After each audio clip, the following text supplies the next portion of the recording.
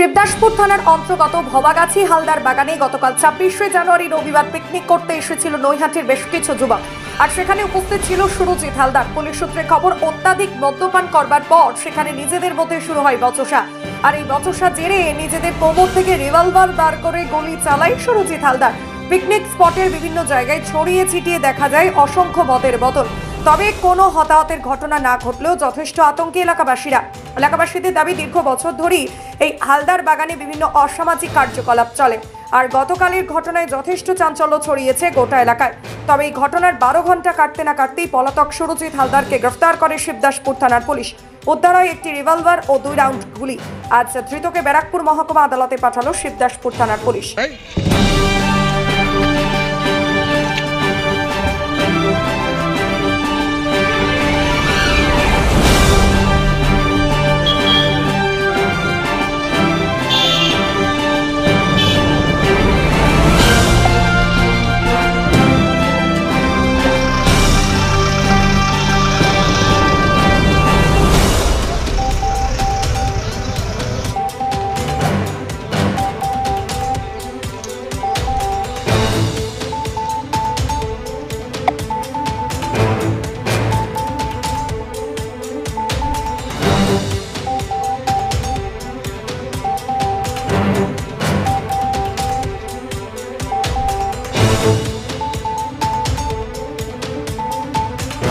ভবাগাছি অঞ্চলের এই হালদার বাগানের এই যে জায়গা, এই জায়গাতেই কিন্তু গতকাল ২৬শে জানুয়ারি রবিবার কিন্তু একটা দল নৈহাটির পিকনিক করতে এসেছিল। এবং এই পিকনিক করতে এসেছিল যারা, তাদের সাথে কিন্তু ছিল সুরজিৎ হালদার। এবং পুলিশ সূত্রের খবর, অত্যাধিক পরিমাণে মদ্যপ অবস্থায় ছিল সুরজিৎ এবং এখানে মদ্যপান করবার পর এই ঠিক তার বিপরীতে, এই বাগানের বিপরীতে তারা যায়, বচসা শুরু হয়। এবং আমি এই বচসা জেরে যেটুখানি জানা যাচ্ছে যে তিনি কিন্তু তার কোমর থেকে একটি রিভলভার বার করে কিন্তু ফায়ার করে একাধিক। এবং এই যে বিষয়টা, এই বিষয়টা থেকে কিন্তু চাঞ্চল্য ছড়িয়েছে গোটা এলাকায়।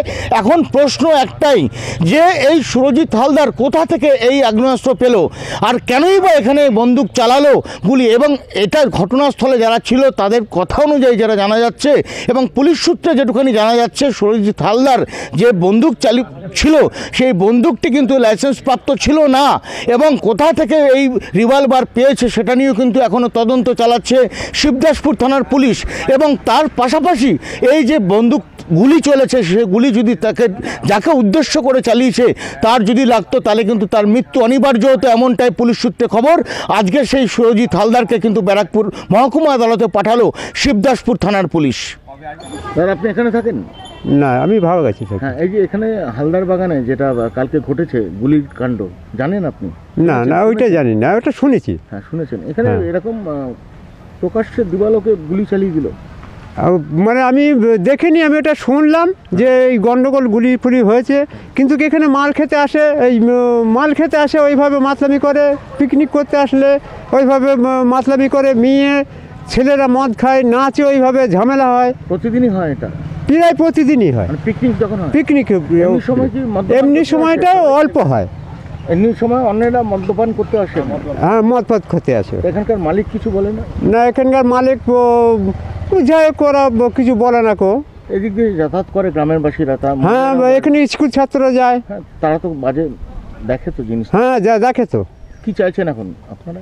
আমরা চাচ্ছি যে এখানে কোনো পিকনিক যেন না হয়, কোনো ঝুঁকি ঝামেলা আমরা চাই না। আমাদের স্কুল ছাত্ররা, আমাদের মা বোনরা সব স্কুলে যায়, যেন এটা যেন না হয়। আপনার নাম?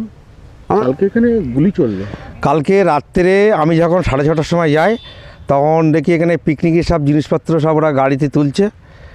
এইবারে আমার সঙ্গে নৈহাটি আমাদের শিবদাসপুর থানার ওসি সমীরবাবু তখন খুব দ্রুত গতিতে ঢুকছে। তো আমি বললাম কী একটা ঘটেছে, কিন্তু ঘটনা কখন ঘটেছে এটা আমরা জানি না।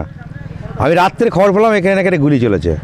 প্রতিনিয়ত মদের বোতল এবং এখানে মদ, জুয়া, সাট্টা এইটাই চলে। আমি প্রশাসনের কাছে অনুরোধ করব, এখানে একটা আমাদের দুগাছিয়ার হাই স্কুল আছে, এই ভাবাগাছির 85% ছেলেমেয়েরা পড়ে, বিশেষ করে নৈহাটি থেকে এখান দিয়ে আমাদের এই রাস্তা, আমাদের মেন রাস্তা দুগাছি ভাবাগাছি, নিরাপত্তার মানে সাধারণ মানুষ তারা নিরাপত্তা বোধ করছে। যাতে এইটা যদি না হয়, প্রশাসনকে আমি অনুরোধ করবো এটা ভালোভাবে ট্যাকেল করার জন্যে। এটাকে একটু নজরদারি দেওয়ার জন্য এখানে রাত্রে অনেকে গ্রামের মানুষ যায়, এরা আতঙ্কের মধ্যে ভুগছে, যাতে এই ধরনের। দিবালোকে তো আপনার মদ্যপান করছে, কিন্তু দিবালোকে গুলি চলছে। দেখুন, পিকনিক হচ্ছে জানুয়ারি মাসটা একটা পিকনিকের সময়, এই সময় পিকনিক করুক, তাতে যদি এরকম অসভ্যতা অভদ্রতা করে, এতে ঠিক মেনে নেওয়া যাবে না, এটা এলাকার মানুষ মানবে না। আমি চাই পিকনিক হোক, কিন্তু এইসব উচ্ছৃঙ্খলা যেগুলো হচ্ছে এইগুলো বন্ধ হোক। মদ, জুয়া, গ্যাঁজা এইসব চলে এখানে, এগুলো বন্ধ হোক, হলেই খুব ভালো হয়। কেন এই নিরাপদ গ্রামের মানুষ এখানে যায়, আর কি আমরা কি শিখবো? অনেক ছাত্রছাত্রীরা এখানে যাওয়া আসা করে, গ্রামবাসীরা যাওয়া আসা করে, দুগাছিরা খুব শান্ত এলাকা। এটা যা আগামী দিন যেন এটি যেন না হয়, আমি আমাদের প্রশাসনকে আমি অনুরোধ করব এটাকে দৃষ্টি আকর্ষণ করার জন্য, যাতে এই ধরনের ঘটনা যেন আগামী দিন না ঘটে। State of the art infrastructures, schooling for students. Gurukul Global School.